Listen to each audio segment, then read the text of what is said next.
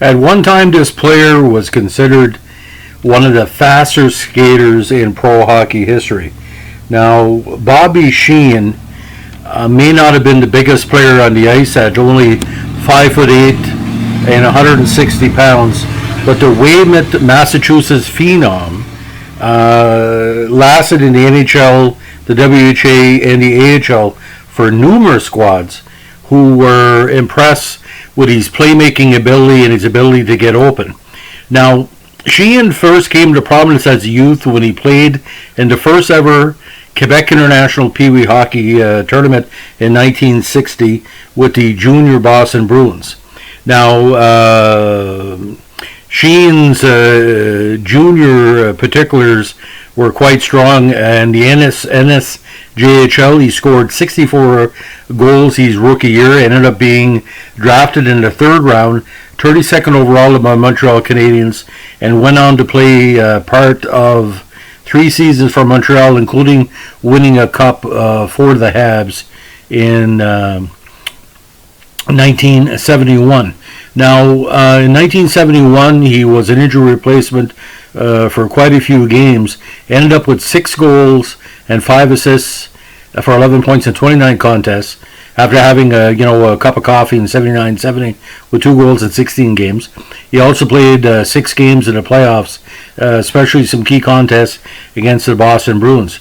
Now, when Montreal decided to not keep Sheehan, he ended up with the California Golden Seals, and he became one of the top players on the squad, scoring 21 goals in that contest. But Sheehan's open style of play was more suited for the WHA, and that's where he ended up.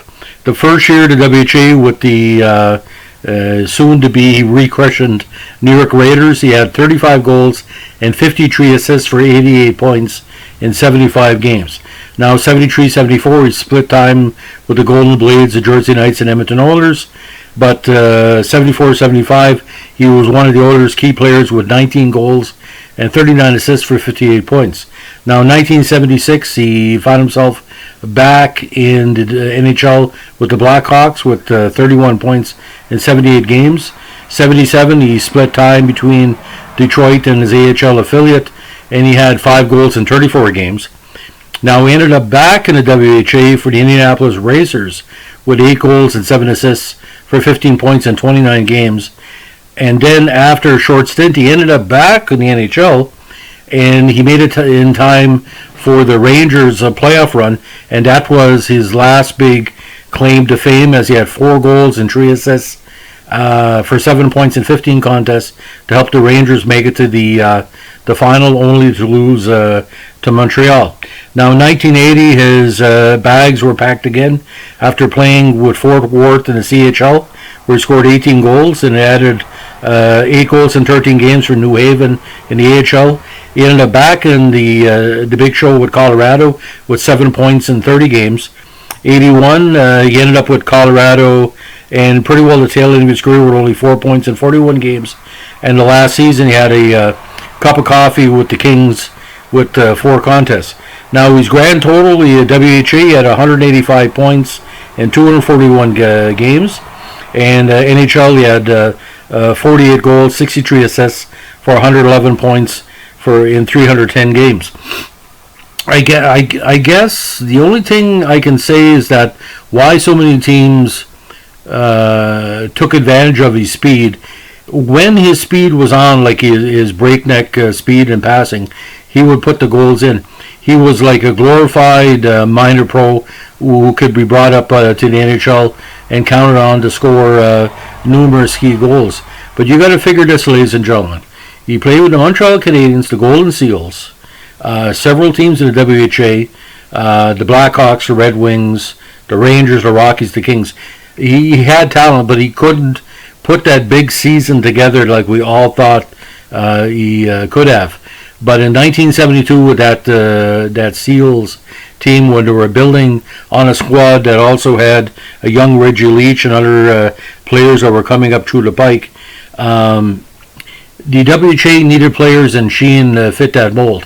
But like I said, I always wondered, why he was never consider more highly because members of the media, like me, really understood the fact that speed kills NHL. If he would probably had a better line mate or somebody could play with him and keep on him, many times I would see Sheehan on a rush and there'd be nobody that was part of it. But I think one of Sheehan's best games, besides the contest against Boston in '71, where Montreal eventually won the cup, is the Ranger games against Montreal in '79. He's all over the ice, and not in a negative way. He had a presence on the ice when he was on, but it's all a matter of reaching your potential. And how many people even know that he was probably one of Massachusetts' best players of ever before the great influx of New England players in the 1980s.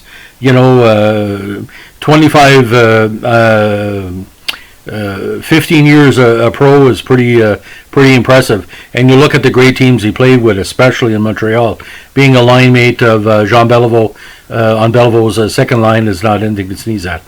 So on this COVID Tuesday, this is a continuation of our Sports File podcast on some Montreal Canadiens in the 1970s.